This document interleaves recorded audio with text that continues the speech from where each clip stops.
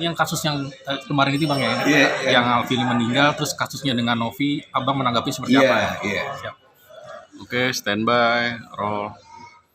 Bang, kemarin kan turut berduka cita atas meninggalnya Alvin Lim, Bang. Nah, melihat apa yang terjadi dengan Alvin Lim terkait dengan apa polemik kasusnya Novi, Abang sendiri melihatnya seperti apa tentang hal ini, Bang? Jadi kita juga turut berduka cita ya atas kepulangannya advokat pejuang keadilan yaitu Bapak Alvin Lim. Namun terkait kasus yang sedang berproses di pihak kepolisian, itu baik Alvin Lim sebagai pelapor atau Alvin Lim sebagai terlapor dengan sendirinya gugur, tidak bisa diproses karena yang namanya kematian itu kan tidak ada yang bisa tahu kapan dan di mana serta bagaimana. Nah, dengan adanya meninggal advokat Alvin Lim, maka segala kasus yang berhubungan atas laporan dari pribadi Alvin Lim, ingat ya, dari pribadi Alvin Lim, baik Alvin Lim sebagai pribadi terlapor ataupun Alvin Lim yang melaporkan, itu dengan sendirinya gugur.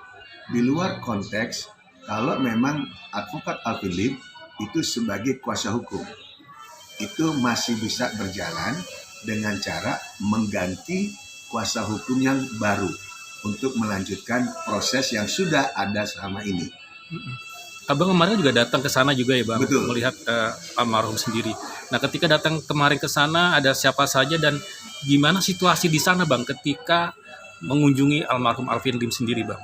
Jadi suasana di rumah duka itu pada saat saya datang dan juga saya melihat beberapa figur-figur yang memang berkonflik dengan pihak almarhum Alvin Lim, itu sangat-sangat berempati dan mereka semua sepakat tidak akan melanjutkan daripada permasalahan mereka pribadi dengan Alvin Lim karena dianggap kasusnya sudah gugur dan namanya orang meninggal, agama manapun itu sudah wajib saling mengampuni dan saling melupakan ataupun memaafkan.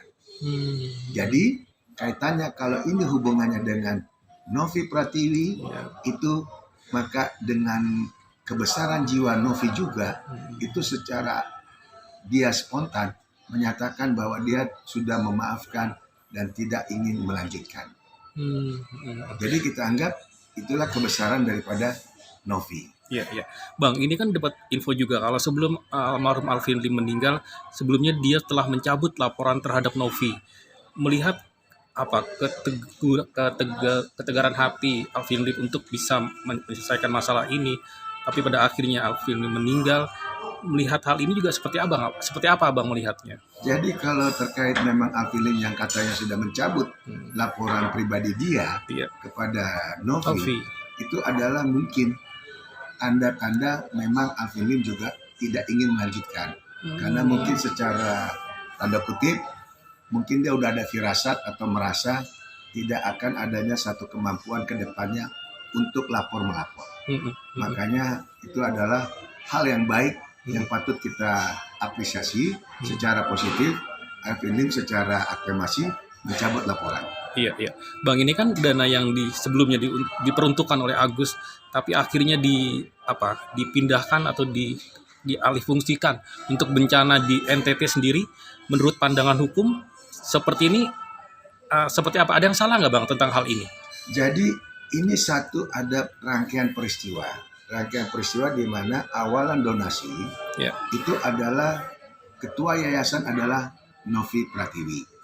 Namun dalam hal pengalihan dana, Novi pada saat itu sudah katanya cuti atau sudah tidak aktif pada posisi yayasan untuk waktu tertentu. Nah, otomatis ini harus dibuktikan, yaitu dengan cara apakah betul Novi tidak aktif atau hanya di belakang layar memunculkan tokoh baru yang namanya Gary, di mana ini harusnya ada melalui rapat antara yayasan dan itu harus ada notulennya, harus ada bukti konkret. Karena kenapa? Ternyata kalau memang sudah dialihkan, berarti dalam hal ini pihak yayasan ini menyampingkan niat baik Mensos untuk menyelesaikan kasus kemanusiaan ini, di mana donasi yang terkumpul Iya. itu kan donasi kemanusiaan untuk Agus, Bagus, betul. pengobatan matanya Agus. Dan dalam hal ini Mensos sudah punya poin-poin tertentu agar bisa terrealisasi kepada Agus. Namun sekonyong-konyong tanda kutip adanya satu pengalian, bahkan tidak lagi terkait ke dana kemanusiaan, namun terkait bencana alam. Ini kan konteksnya berbeda. Iya. Tema di awal kemanusiaan untuk mata Agus, tapi beralih jadi bencana. Nah, Iya. ini kan satu konteks yang berbeda. Hmm. Terkait masalah donasi, pihak donatur itu menyetujui atau tidak, itu lain hal. Karena kenapa? Awalan tetap untuk matanya Agus. Agus, iya. Harus ini dulu diselesaikan. Kecuali ada pernyataan tertulis dari Agus sudah tidak menghendaki dana tersebut. Nah, dengan adanya pengalihan, otomatis apa yang diduga, apa yang memang sudah dilaporkan oleh pihak Agus terkait donasi, Iya. ini bisa menjadi fakta hukum. Di mana fakta hukum, Agus merasa uang dari donasi kan masuk rekening Agus, Agus. ya, Ya, betul. di mana dalam posisi tertentu Agus memberikan kepada yayasan melalui Novi, ya, yang di mana harusnya yayasan ini memberikan laporan secara berkala untuk pengobatan Agus, apalagi sudah ditengahi oleh Mensos. Mensos. Kenapa yang awalan seperti itu malah dialihkan? Betul. Nah, ini menjadi satu pertanyaan besar. Ada apa di balik ini semua? Dan nanti yang terlibat itu akan dipanggil oleh pihak aparat kalau memang ini sudah masuk ke ranahnya laporan resmi. Berarti secara tidak langsung ini akan bisa terkena jeratan hukum, Bang, kalau hal ini tanpa sepengetahuan dari Agus ketika uangnya dialihkan ke dana. Sudah 1000% itu akan jadi permasalahan hukum. Karena tanpa izin dari pemilik awal. Iya. Pemilik awal adalah Agus. Iya. Di mana donasi itu kan untuk Agus. Agus, ya. Terlepas donatur-donatur itu setuju atau tidak, tapi kan uang itu untuk Agus, untuk pengobatan Agus. Otomatis harus diutamakan dulu pengobatannya. Apalagi sudah ada ditengahi oleh Mensos. Di mana di Menteri Sosial kan ada yang namanya aturan. Uang-uang di atas 500 itu harus ada di audit.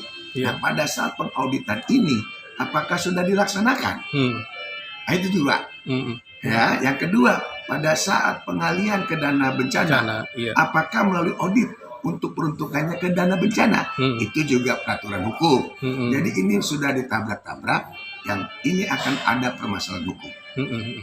Jeratan hukumnya sendiri seperti apa, Bang? Kalau ini bertabrakan dengan hukum dan tidak pengetahuan dari Agus sendiri. Jeratan Ya, hukum otomatis pasal yang berlaku 378 dan 372. Nanti terkait nanti muncul yang lainnya, nanti sesuai dokumen-dokumen apa yang ada, sehingga ini bisa disalurkan ke dana bencana. ancaman hukumannya kalau hal tersebut, pasal Kalau tersebut 378 dan 372 saja, ini ancamannya di atas 5 tahun. di atas 5 tahun, nih, Bang. Ya, penipuan dan penggelapan. Iya. Terakhir, Bang, apa pesan moral yang bisa disampaikan dengan permasalahan polemik dan Agus ini sendiri? Apa yang ingin Abang sampaikan? Pesan moral saya cuma satu. Uang bukan segala-galanya, tapi segala-galanya butuh uang. Jangan karena ada sepacam ketidaksepakatan itu sehingga menyelewengkan daripada awal maksud tujuan adanya open donasi mata Agus. Ingat, awal daripada open donasi adalah untuk pengobatan mata Agus. Jangan disalahgunakan, jangan diselewengkan menjadi bencana alam. Itu adalah permasalahan. Siap.